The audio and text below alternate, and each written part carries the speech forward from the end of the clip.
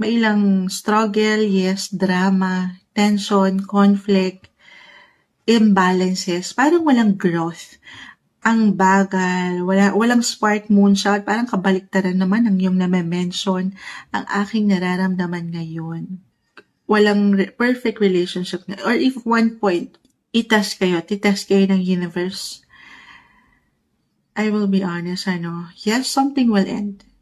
Something will end to make room for something new. New beginnings, guys. Unang bagsak ng baraha, okay. Ayan na yun, success. Pero hindi yan mangyayari, guys, kung hindi nyo to pahihintulutan. I feel for some of you may pagka-stock up po akong nakikita. Hindi makausad, iniiwanan ng limita ang sarili.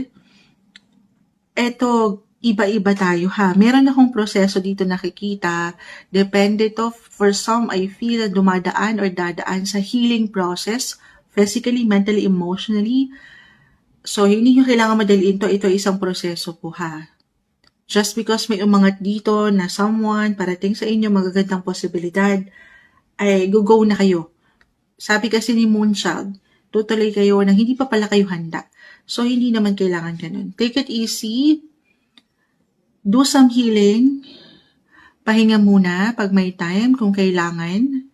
Patuloy kayong dumadaan kayo sa ilang transitions, transformation, para sa mga pagbabago. This is for some of you na merong parang separation na ha. Talagang nagkaroon na ng endings. And first half of 2026, haharap kayo sa healing, recovery. So more on self-care, self-love, Leo. Kahit kayo lang munang mag-isa. Kayang-kaya niyong tumayo sa inyong sariling mga paa.